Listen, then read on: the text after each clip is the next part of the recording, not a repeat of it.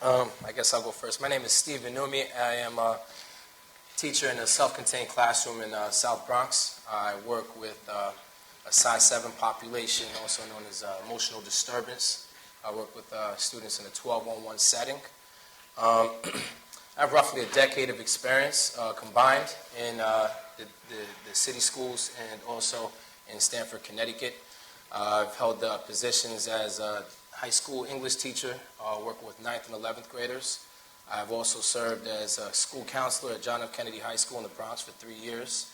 In addition, I provided homebound instruction for a year, and I have also worked in self-contained settings in the Bronx, P188X to be exact. I'm not sure if anybody here is familiar with the school, but there we go. Fantastic. That's where I work. And, formally, to help prepare me for this opportunity, I've obviously gone through college. I was one of Celia's students here at TC for my graduate level work. Informally, I could relate very well with my students, as I was once what you would refer to as a size 7. Had very similar childhood experiences growing up to many of my students. I'll spare you the sob stories. They're generally not very good, no father around. Hard-working mom for the most part, always there, pretty much the only one to provide me with support. My success pretty much is an extension of my students' success. I've had the opportunity to help move 4 of my students into inclusion-bound programs for high school. And in addition, 2 of my students who had one-to-one crisis paraprofessionals no longer do. In addition to that, I've also had an 811 student who's been working with me over the course of the past 6 months who's going to be LRE'd, and will now have a 12-on-1 setting for her moving into high school. So those are just a few of my successes that I've had this year working with my population. So speaking, I was just reminded of some of my own experiences growing up. It's funny they had the Eagles and the Pigeons. Well, actually, it was not very funny. We had Eagles and the Beagles. That's why I thought it was funny. And in first grade, I was an Eagle, and I was actually a pretty eager reader.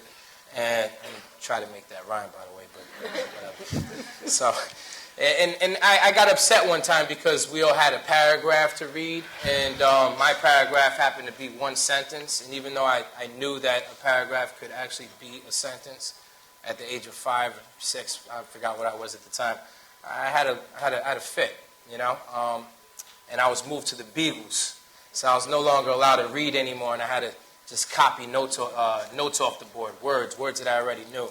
So that was like my first, informal experience with being excluded, and it was directly attributable to my behaviors. I'm without a doubt an ADHD kid. I was with your prototypical Ritalin kid from the 80s. And I went to a parochial school for my first 5 years, so they had a very funny perspective on how to deal with kids like me. I won't get into their, to the reasoning, but let's just say there was a cultural disconnect, and I think generally speaking that that tends to overarch into the public schools and what many of you see today. A lot of the times it's not a kid's aptitude or ability to learn; it's their behaviors or whatever they're presenting that creates this cultural disconnect within that institution, and that's generally where the problems begin. And for me, it was a very real problem. I was kicked out of a lot of schools. I went to about 7 high schools, 6 or 7. I dropped out of school in 9th grade, and a lot of my friends that I did hang out with, they're not here today. So having had the experience of kind of delving off the right path, if you will, and experiencing the pitfalls of exclusive practices, or if you want to call it giving up on a kid, or a kid just getting kind of tired and fed up with the system, kind of informed my own perspectives and beliefs when I had the opportunity to really affect change. And it was just shortly after I began studying at Bronx Community College that I had the opportunity to pursue a degree in education. And I clearly remember the Gandhi quote, that spoke to something to the effect of being the change you want to see in the world. I'm sure many of you heard different variations of that over the years. So I had an opportunity to just really reflect on that and act on it. And it just kind of brought me to where I'm at today, in the presence of some very remarkable and awesome people. So I'm a quote guy. I try to pick some of the more potent quotes and abide by them, or at least use them to drive my practices. And I think the village raising the child is very appropriate with regard to educating our students, any student, regardless of their placement, their social location, if you will. Collaborations. I mean, it's like the big buzzword in education these days, and a lot of people talk about it, but is it really being experienced in the classroom, I think is the real question. So, I mean, my advice would really just be echoing the sentiments of just the great teachers and educators that you've seen and experienced, and just analyzing the work that they've done. I mean, I've grown tremendously over the course of my short career just by being mindful of best practices and, again, another one of those key buzz terms, right? But, you know, what works, right? You know, what works? I think we need to really take a look at that. So, you know, in light of, you know, the village raising the child, you know, you have to incorporate your paraprofessionals. I mean, I work very closely with mine. I do my best to identify their strengths and their comforts and exploit that, you know, for the betterment of the kids and their education. For example, if I have a paraprofessional who's very strong in mathematics, well, that's great. You could help support me while I'm teaching my class, or you could work, you know, maybe even teach your own lesson if this is something that you feel very strongly about. You're strong and skilled in.